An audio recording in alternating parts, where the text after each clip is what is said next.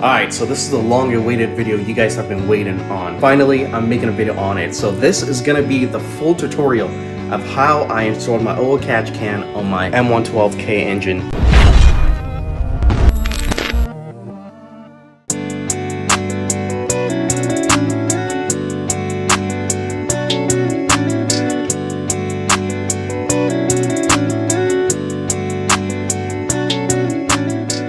It's pretty much the same thing on the M112 and the M113 right there. This is completely the same setup. So this video, a lot of you have asked how I did it and if I can make a full video on it, and I'll show you exactly how I installed my oil catch can, how I actually routed the lines. This oil catch can is a little confusing, but I will dive deep into why I say it's a little confusing, and so you guys can actually route the lines correctly through the crankcase back into the throttle body on that catch can. Catch can I'm running is an Evil Energy catch can. This is probably the most cheapest catch can you can find on the market, and this catch can actually does the job. There are other catch cans out there that cost over $100, but this will get the job done. So once you order yours, this will come from either Amazon or eBay. You can see mine came from Amazon. Once you open the box, you will be presented with tools like this, the catch can. This will be in the box. This is just a lot of fittings in here because of the fact that I have two catch cans. So I just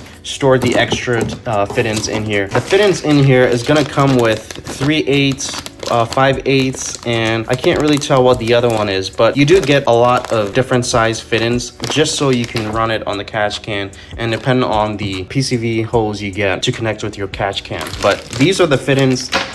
You're not gonna need this guy. This came with it. This will automatically already be sealed, so this you can just leave as it is. It does come with Teflon tape. Teflon tape you can put on these fittings. That's about it. It does also come with a bracket. This is my bracket right here. My bracket, I went ahead and drilled on this support brace right here. Drilled it in. You don't have to use this bolt. Sorry, this is not a bolt, but if you have some sort of screw that can go through the drilled hole, that's all you would need if you want to install it on this section of the car. You can also do it on this side if you do have room. This thing right here, don't worry about it. This is attached to the oil catch can. I just left mine on here because I needed to take my catch can off so I could show you guys. So once you have the catch can opened up, this guy is going to be on here like that. Go ahead and unscrew that. This mesh, go ahead and cut enough to where you can shove it in there to make a tight seal, and then go ahead and screw it on here. That's how it's supposed to look like. So for the fitting, what I ended up doing was the in, I went with a 5/8, and for the out, I went with a 3/8. Obviously, with this two different fittings, you're gonna need your PCV hose. This you can get from O'Reilly. The kit comes with one, but it's not gonna be long enough, so you should get a PCV hose from O'Reilly's or AutoZone. 3/8, and you wanna get 5/8 as well. When you put in the fittings on here, they do come with rubber gaskets. Just make sure you put it at the end of the thread and then thread it on there. Go ahead and screw the actual cover on the catch can, and it's gonna look like that. I'm going in super high detail because I just want to make sure everyone understands on how to install this on your car. So to actually get the catch can on the support brace right here, the support brace does come with a couple of holes in them already. So there's two down here, and I believe there's two up here. So I ended up using one of the holes, and what I ended up doing was I put a screw in one hole and then tighten it down with a bolt. You want to do this first before put in your catch can, so it's easier to screw these on the back right there. It's just easier that way. So the next thing I'm going to do is actually put my catch can and line it up with the holes and screw it in.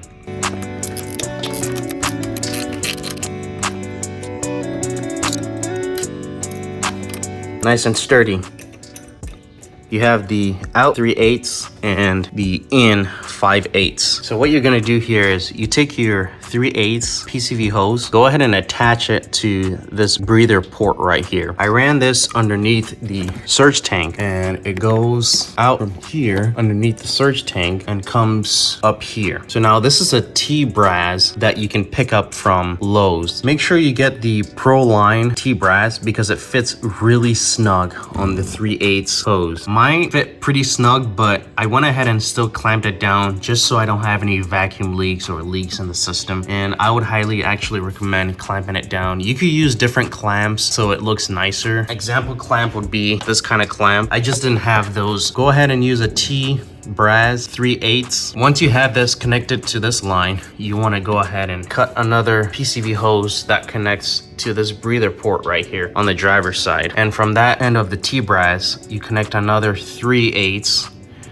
and that connects to another T-brass. So you would need two T-brasses. This one, you would go ahead and connect a 3/8 into a 5/8. My T-brass, I couldn't find one where it was 3/8 going out and 5/8 going down. It would be nice to actually find one like that, but I went ahead and clamped it down and shoved it into a 5/8. This is shoved all the way about right there, so it's not gonna come out, and I clamped it down here as well. This was actually the stock PCV hose, and I just cut it and clamped it right there. That ties in with the line coming from the passenger side, and obviously you see it coming out. And this actually goes into your out and not your in. I know you guys are probably scratching your head saying like, that doesn't make any sense. Isn't that supposed to go in because that's where all the oil and fuel is coming from? So that's what I was saying. This catch can is kind of labeled weird. What you want going in shouldn't have the filter attached to the side that's coming in. You want to have the filter that's going out. So essentially it's flipped backwards on this catch can. You want oil to freely pour into the catch can, and the throttle body is gonna try and suck up that fresh air without oil into the system. So that's why we have the in going into the out. All right guys, we're on the last step. Bear with me. If you need to look at how this is routed again, go ahead and just rewind the video, pause it. But for the last step, you want to take your 5/8 PCV hose and connect it into the in. I know it sounds all weird. Let me go ahead and connect mine real quick. For your 5/8 hose, you're gonna run that sucker all the way back here into the throttle body. So looking at the throttle body has a perfect 5/8 inlet right there. That 5/8 fits snug and perfect right there. So you wouldn't need to clamp it down. That's why I went with a 5/8 fit-in rather than a 3/8 for both ends. So the 5/8 will go through all the way, try and tuck it down there, and then connect it to the throttle body, and that's what goes into the system. So that's how you route the lines. Now you guys are probably thinking, what about my stock airbox? How do I block off that inlet that comes from the bigger port right here? Let me show you real quick. This is the M113k airbox, same thing as the M112 airbox. You're pretty much just gonna cap it off. This is literally like a cap that you would use on a chair. So I bought this from Walmart, about like $1. Pretty much just gonna cap it off like that, and then call it a day. So yeah guys, that's actually how you would route your catch can and how you would install it on your supercharged engine, the M112k. This applies to, you guys already know, the C32, the SLK32, SRT6, Crossfire. Yeah, that's pretty much it. For the NA engines, same thing. I mean, the only thing is the port down here that you would route your in from goes to your throttle body. You would just use that 5/8. It actually fits perfect down there as well. This one you would just need a clamp just to secure it. And for the elbow that goes to the throttle body, you're also gonna cap it off like that. And that's about it. Hey, so check it out. I was actually looking at these fittings in here, and the screws that I was talking about, they actually do come with the catch can itself. So you've got that screw right here, and then you've got that bolt in here that would hold it down. I'll show you guys what I'm talking about. This is the screw I was talking about, and then that's it down here as well. I'm not sure if I have a bolt underneath of this. If you guys find this video super helpful, go ahead and smash the like button. Put down in the comments on anything that you have any questions on, and I'll try and answer them.